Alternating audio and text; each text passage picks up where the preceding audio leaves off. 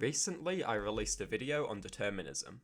I have decided to further clarify my positions on the issue of determinism and just why it is that I hold those positions. I will go about doing this simply by responding to a list of simple questions and criticisms that I have compiled. These criticisms mostly concern proving determinism to be true, and the implications of determinism if it is indeed true. Now I will begin with the questions and my responses to them. Question 1. Is determinism supported by science, and if so, how? It makes sense that a rational and logical person would be interested in seeing scientific evidence for determinism. Few in-depth studies conducted directly on determinism exist. Acquiring scientific evidence directly proving determinism can be very challenging for three main reasons. Firstly, proving determinism to be true would necessitate an in-depth study relating to the brain and its functions.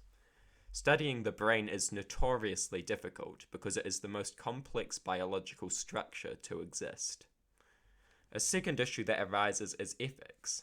In order to prove determinism through an in-depth laboratory experiment, we would likely need complete control over someone's environment and genetics, so that we could accurately predict their behavior to find out if it was predetermined. This would not only be virtually impossible, but also ethically abhorrent, and such an experiment would not be getting a pass. Ideas such as informed consent would likely have to be thrown aside, as they could manipulate the behavior of the participant, leading to invalid results. Proving determinism through an observation-based field study would also be incredibly challenging, because it would not afford adequate control over variables, likely leading to invalid results. The third major issue with finding scientific evidence for determinism involves psychology as a field of study, and whether or not it can even be considered a science. Psychology and its offshoots are really the only means to adequately study determinism, and a separate debate exists concerning whether or not psychology is even a science, meaning that in the eyes of some, psychology cannot even create scientific results. Needless to say, we will not be getting into that debate today. These issues can make studying and proving determinism very challenging. I do, however, have an argument which I believe proves determinism. To prove the existence of determinism, I must prove two propositions to be true.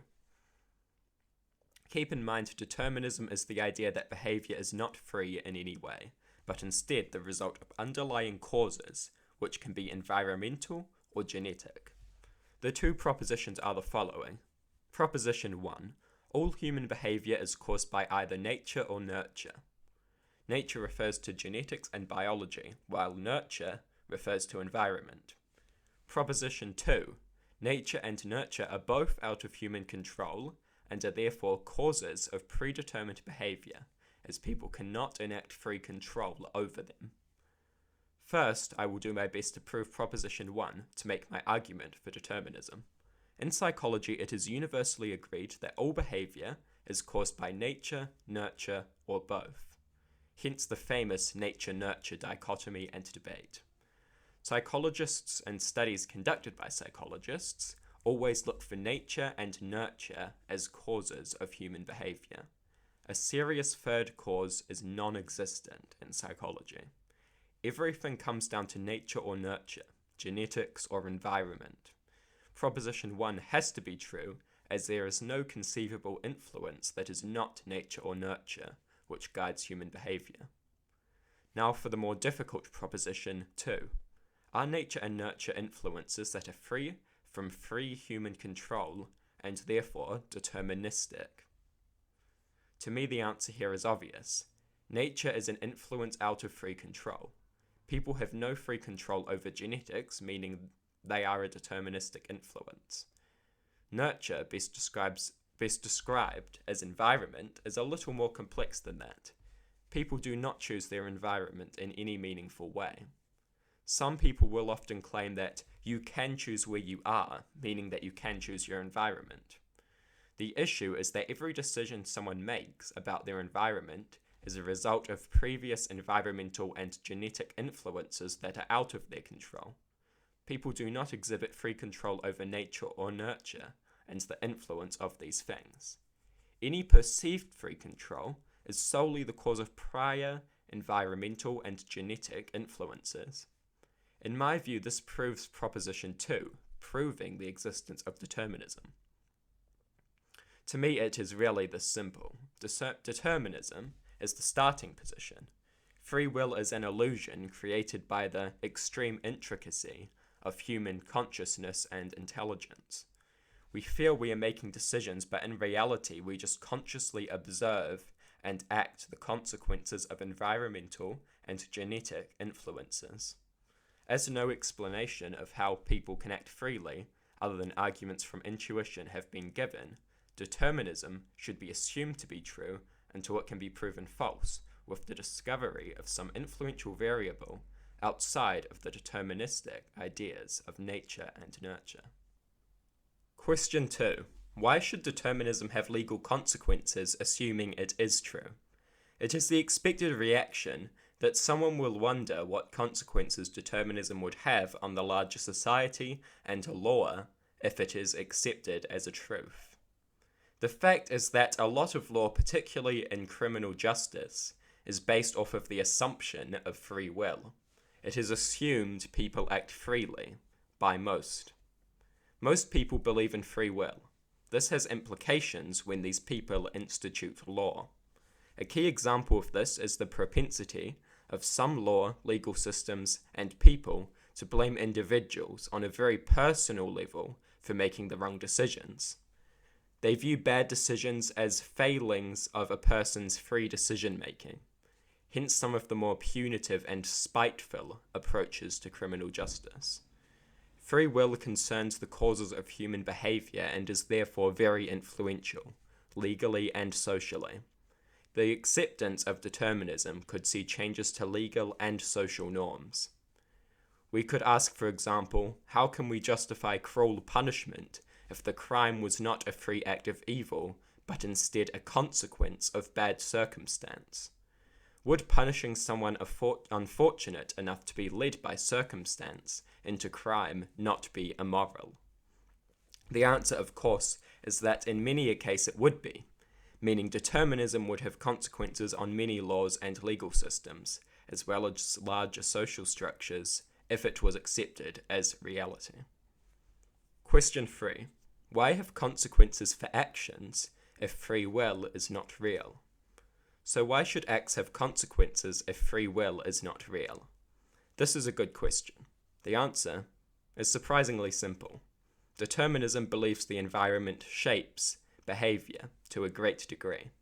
This means society can manipulate the environment to produce or prevent certain behavior.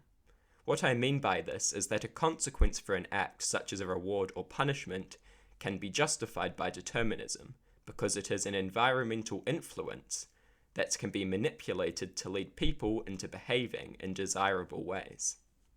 Basically, clearly defined legal and social consequences for actions are an environmental influence on human behavior that can be leveraged to lead to desirable social outcomes. Question 4. Why have empathy if free will is not real? This is once again a good question. The answer, once again, is simple. Empathy is not so much related to free will as it is related to the ability of sentient beings to suffer and feel emotion. Determinism still accepts suffering, emotions, and sentience as a reality. Because empathy is directly tied to an organism's ability to understand the feelings of another, it does not relate to free will, but instead the idea of emotions, which determinism does not in any way disagree with. So long as sentience is real and creatures can suffer and feel emotion, empathy will exist and should exist, regardless of whether free will or determinism is the psychological guide to behavior. Question 5. Why try to change someone's mind if they are already predetermined to think a certain way? The fifth and final question is an interesting one. The answer, once again, is surprisingly simplistic. You should try to change people's minds, and you can do this. Determinism only supports this idea. Determinism believes key influence on behavior is environmental. You are a component of the environment of the people you communicate with. You influence their behavior. It is perfectly possible for you to be an environmental influence that leads someone to change their views or behavior. Determinism still believes we can change minds, rehabilitate and reform people. We can do this simply by changing the environment and circumstance that guides their actions. Determinism is not an argument against changing minds, rehabilitating and reforming, but an argument in favour of it. So anyway, that concludes the questions on determinism. As a side note, I want to clean up a likely misconception. Determinism is not the idea you cannot make any decisions, and merely move through life with no control of any kind. Determinism is not to be confused with fatalism. Determinism believes you can make decisions and can shape your future. All decisions will simply be the result of underlying environmental and genetic causes, which you may or may not be aware of, rather than some abstract form of free control. If anyone has any questions on any video or other post I have made, feel free to ask. I will try to answer all questions, and if your criticisms are good enough, I might even make a video out of it.